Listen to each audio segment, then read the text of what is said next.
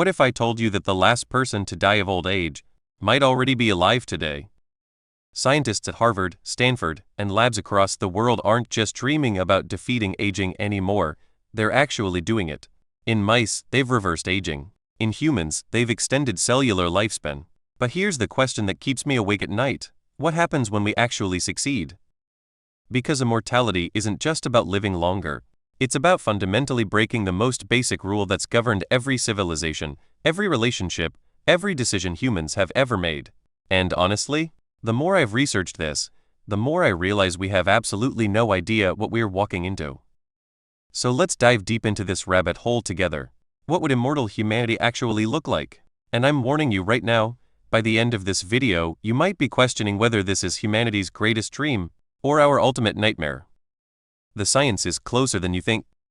First, let's get something straight. We're not talking about science fiction anymore. Dr. David Sinclair at Harvard Medical School has literally reversed aging in mice using NAD+ boosters and other interventions. His research, published in Cell and Nature, shows that we can reset cellular age markers to juvenile levels. Meanwhile, Dr. Elizabeth Blackburn's Nobel Prize-winning work on telomeres, those protective caps on our chromosomes, has shown us how cellular aging actually works at the molecular level. And companies like Altos Labs, backed by Jeff Bezos, are investing billions into what they call cellular reprogramming. Here's what really blew my mind. Studies published in Nature Aging show that biological age can actually be reversed, not just slowed down. We're talking about 50-year-olds with the cellular biology of 25-year-olds. The question isn't if we'll crack the aging code, it's when. But let's say we do it. Let's say in 50 years, you can walk into a clinic and reset your biological age to 25, and stay there, forever. What then? The dream, humanity unleash. Picture this: Einstein working on physics for 500 years instead of a few decades. Mozart composing symphonies for centuries. Your grandmother sharing stories not just from her childhood, but from the Renaissance she actually lived through. Think about the knowledge accumulation. Right now, we lose thousands of years of human experience every single day as people pass away. With immortality, human knowledge doesn't just accumulate, it compounds exponentially. Climate change? We'd have the same scientists working on it for centuries, building on their own work instead of training replacements. Space exploration? Imagine the same engineers working on Mars colonization for 200 years, perfecting every detail. And relationships. Softer tone: imagine never having to say goodbye to anyone you love. Never losing parents, friends, mentors. Every connection you make is permanent. But here's where it gets complicated. Because immortality comes with a price tag that might bankrupt our entire civilization. The mathematics of forever. Let's talk numbers, because they're terrifying. The UN Population Division's models show that even with current mortality rates, we'll hit 10 billion people by 2050. But what happens when death rates drop to 0?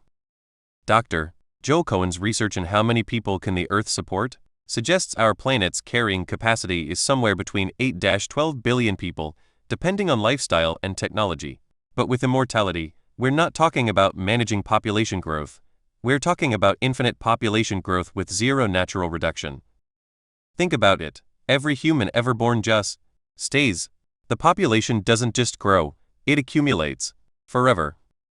Thomas Malthus predicted population crashes when growth outpaces resources, and his essay on population laid out the mathematical reality: exponential population growth versus linear resource growth equals catastrophe. Except now, there's no natural population correction mechanism. Within 200 years of achieving immortality, we could have 1 trillion people on Earth. Within 500 years? Numbers that don't even have names. The resource wars of eternity. Here's where immortality turns from dream to nightmare. Every economic model we have, from Adam Smith's Wealth of Nations to modern ecological economics, assumes that resources are distributed among a population that naturally cycles. People are born, consume for 70-80 years, then make room for the next generation. But what happens when the next generation has to share resources with every previous generation? Forever? Housing becomes impossible. Why would anyone ever sell a house when they have infinite time to enjoy it? Jobs become scarce when no one retires. Ever. The research is clear. Resource scarcity leads to conflict. The economist Thomas Homer Dixon's work shows that environmental scarcity has triggered violent conflicts throughout history. Now imagine that scarcity, but permanent and ever increasing. And here's the part that really gets to me. What about new ideas, new perspectives? If the same people hold power forever, if the same minds make decisions for centuries, does human progress just stop? The psychology of forever. But let's say we solve the resource problem somehow. Maybe we colonize space, maybe we develop perfect recycling, maybe fusion energy makes everything abundant. We still have to deal with something much more fundamental: the human mind. Hedonic adaptation research from psychologists like Philip Brittman shows that humans return to baseline happiness levels even after major positive events. We adapt to literally everything. Wealth, fame, even the most incredible experiences eventually become normal. Now imagine living for 500 years, 1,000 years, 10,000 years. You've traveled to every place on Earth hundreds of times. You've mastered every skill, read every book, had every conversation. You've watched civilizations rise and fall like seasons. You've seen the same patterns repeat over and over and over. What psychologists call life satisfaction is partly based on the scarcity of time. Things matter because they're limited. But when time is infinite, does anything matter anymore? There's a reason Sisyphus pushing the boulder eternally is considered a punishment, not a reward. The wisdom of death. Here's where I want to challenge something fundamental. Maybe death isn't humanity's greatest enemy. Maybe it's our greatest teacher. The philosopher Martin Heidegger argued in Being and Time that awareness of death gives life meaning. It's what he called being toward death, the knowledge that our time is limited that makes each moment precious. Ernest Becker's Pulitzer Prize-winning The Denial of Death goes further, arguing that our awareness of mortality drives all human creativity, love, and achievement. We create art, build families, leave legacies precisely because we know we won't be here forever. Think about your own life. Aren't the most precious moments precious partly because you know they'll end? Isn't love deeper because loss is possible? Doesn't food taste better when you're hungry? What if immortality doesn't give us more life? What if it takes life away by removing everything that makes it meaningful? The social collapse.